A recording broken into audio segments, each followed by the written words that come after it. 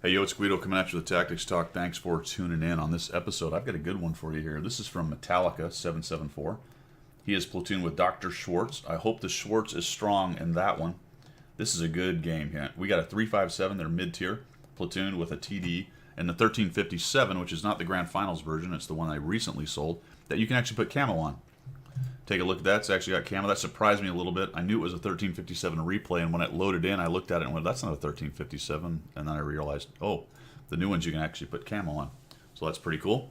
Hadn't seen that before. They've loaded in defensive side on assault map here on, what is this called? I always forget, Siegfried Line. And they got a big old stack up in the north.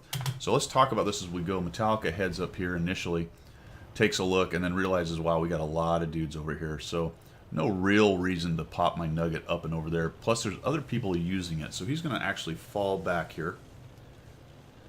And because there's no artillery, he's going to use a spot here that's quite useful. This little saddle that he's going to get up into, because it allows you to be hold down and it allows you to use this ground to disappear to avoid shots.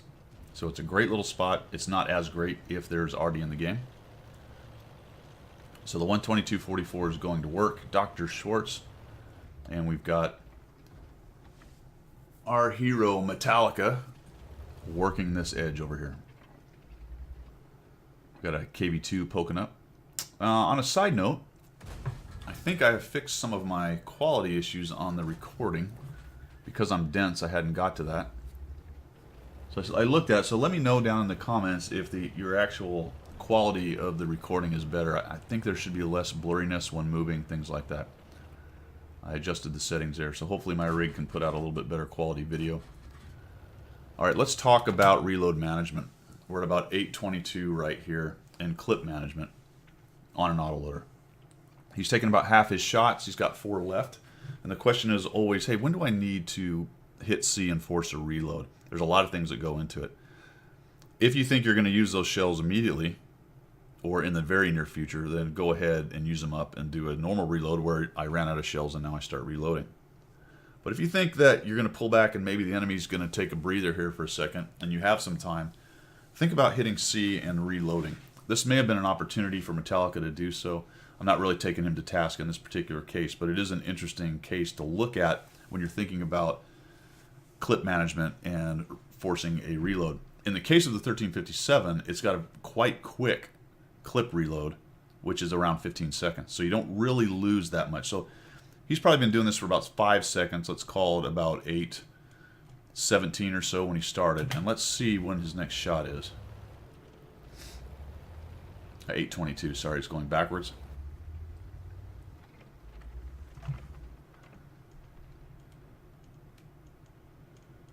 Okay, so that's pretty much plenty of time to have been reloaded and have yourself a nice full clip right there. And that seemed like a situation as you were watching it where you probably could have done that. I do on many occasions force reloads too soon because I'm always thinking about trying to keep as full a clip as possible for any eventuality. So there is a middle ground between the two of waiting too long where you're just sitting here with your 4 shells and you could have easily been reloaded, or forcing a reload and going, oh crap, I just had an opportunity I missed because I forced a reload and I shit-canned 2 of my shots that I would have had. So there you have it. And I say shit can, I don't really mean that because you don't lose them. That's the nice thing about C, they're still in the drum.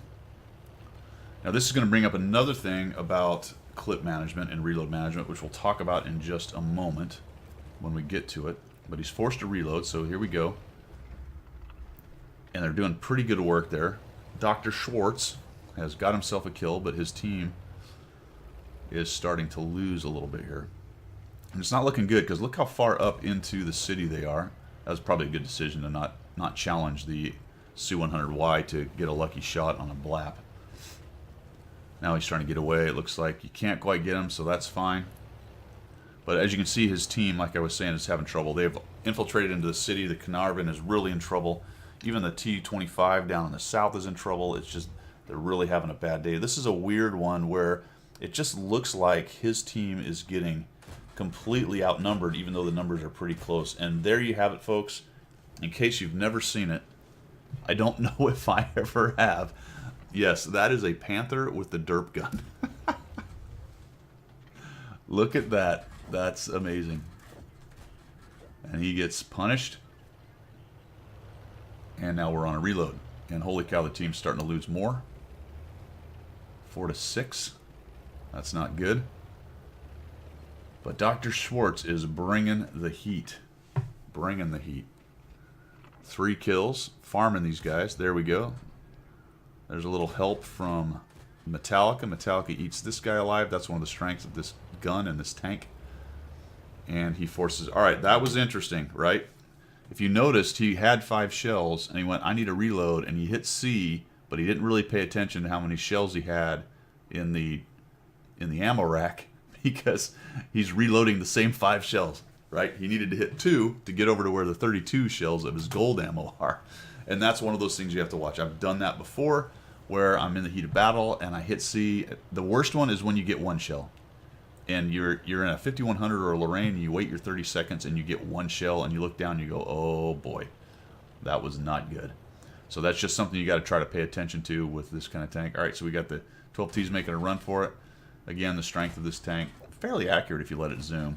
He's just tearing this poor guy up, and down he goes. 1 shell left, and he goes over to 2 and reloads. And he probably realized right about there that, oh, oops. Good news is he didn't need those extra shells, but it was getting close, wasn't it? If he'd have missed a couple more times, he might have been wishing he had some of those shells. So Dr. Schwartz takes them on there, and I think they're probably having voice comms here. If they're not, then they're pretty well mind melded, because Dr. Schwartz and he skedaddle. And this is looking pretty grim. When I got to this point on the first look through, I went, well, this must be a loss. And then I remember, well, wait a minute. Is that what I saw on the recording results? And then I wasn't sure, so I said, you know what, this is going to be great. This will be a surprise to me too, because I'm telling you, I don't know how this one comes back. Let's find out if it does. I mean, look at it. They've got 8 to 11. One of them's a tier 7 TD, one of them's a tier 7 scout, there's a tier 6 medium, and there's a tier 8 medium, which I could not find on my mini map, but he's actually down at K0. There, he's starting to move forward. I didn't know where he was. The first time I looked, I went, where is that guy?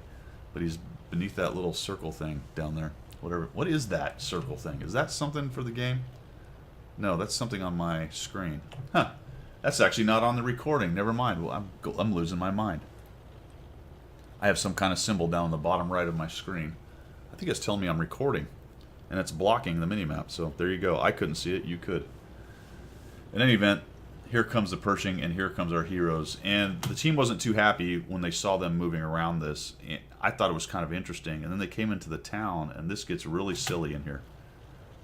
But it's a great example of using speed and maneuverability. And even the 122-44 is fairly quick and maneuverable for a TD. He's got a pretty good gun. Pershing gets in there, does some good work. That's a good kill, getting rid of that 48. Metallica comes in. Kind of looking around. All right, let's not tip my hand yet. Let's see if we can find one of these guys trying to get on cap. There we go. There's the T-71 moving out in the open. Whack. Whack. Nope, not quite, but he keeps on and coming. A miss. There we go. Nope, not quite. There we go. There's a hit. Oh, just not enough. One more hit. I might have tried for that Su-100Y. Oh, you're out of ammo. That's why you couldn't do it. Never mind. And now he repositions. I think that's the right idea. Last thing you want is that 100 and that guy just driving in and taking you on.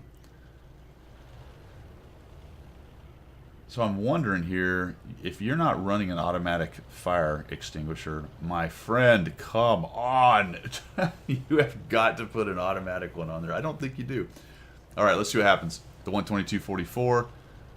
And what happens here on the last of these guys is these two do a really nice job of maneuver and getting around the enemy so that they're shooting them from 2 different directions and they can get pins. Oh my gosh, this was really dangerous to me. He gets that. No, don't do it. I cannot believe that guy didn't shoot you. He probably shot and missed. 2 shells, forces a reload. That's the right decision right there. And now we're still moving, right? No need to sit there. The longer you sit in one spot trying to play peekaboo with relatively lightly armored tanks like the 2 that they have, the more likely the 2 heavy guys, or at least in this case the 1 heavy guy now, is going to trundle up close enough that you can't quite get away. And there he is. One of them's on cap. That's very, very convenient. I'd have kept going, man. There was just no reason. Just ignore him for the minute. He can't. He's out of the fight because of your speed and maneuverability. What you want to do is go get rid of this Su-100. Cool thing is, Dr. Schwartz, who, by the way, has 6 kills now. That's 9 kills for this platoon. You can see that Metallica is sort of trying to get off and around so they can go take on the Su-100Y. If they have voice comms, they're probably talking about it. If not, they're both thinking about it. And the Su-122 is just raging around the buildings, playing keep away from the poor 100.01. And look at that, 7 kills. 10 of the kills to these 2 tier 7s. 1 a scout, 1 a TD. Arguably one of the best TDs in the game, but still a tier 7 TD. And now we've got Metallica moving around to the back. And this is good stuff, man, because this is the kind of thing that wins games, right? They're moving around, they're talking, they're coordinating what they're doing. Even if they're not talking, they're coordinating what they're doing because they're both kind of thinking the same thing. We're gonna disappear from where we were. We got plenty of time, and we're gonna show up where we weren't, and that's gonna hurt them. What's interesting is, since they're on defense, all they really had to do was run away. This guy can't possibly capture it, but I like this aggression. This is fantastic, and this is the old double tap trick here. This poor dude, he's in so much trouble. He missed, I guess, on that shot, so that sucked. He's probably sitting there thinking, how on earth did I get myself in this situation? But now he's angry. There's another shot by Dr. Schwartz that pins. Holy cow, nicely done. And 100.01p is just hating life. And down he goes. And that's that fantastic reload time on the 122-44. It's got kind of a derpy 122 on it, 122 millimeter gun, but at that range and at its reload with some gold, it's a fantastic gun. All right, hey, there it is. I can actually tell if he's got the large one or not. He has a manual fire extinguisher. Come on, man. If I had any advice for you on this game, it would be get yourself an automatic fire extinguisher on that thing. Holy cow. But, dude, nice job, man. 8 kills for Schwartz. The Schwartz was strong in that one. 3 for Metallica. 736 spotting. 2,827. Dr. Schwartz had, I believe, over 3,000 damage. Quite a carry by this platoon. And a nice comeback. Like I said, when I got to that point, we started talking about it. I thought, there is no way that they won this game. And that's when I thought, yeah, but I thought when I saw the results, they had won it. Well, this will be interesting. Let's see how they do it. Well, there you have it, folks. That's how they did it. Thanks for tuning in. As always, hey, I really appreciate your support out there. Trying to go less negative on these things. Let's learn about some tanks, all that good stuff.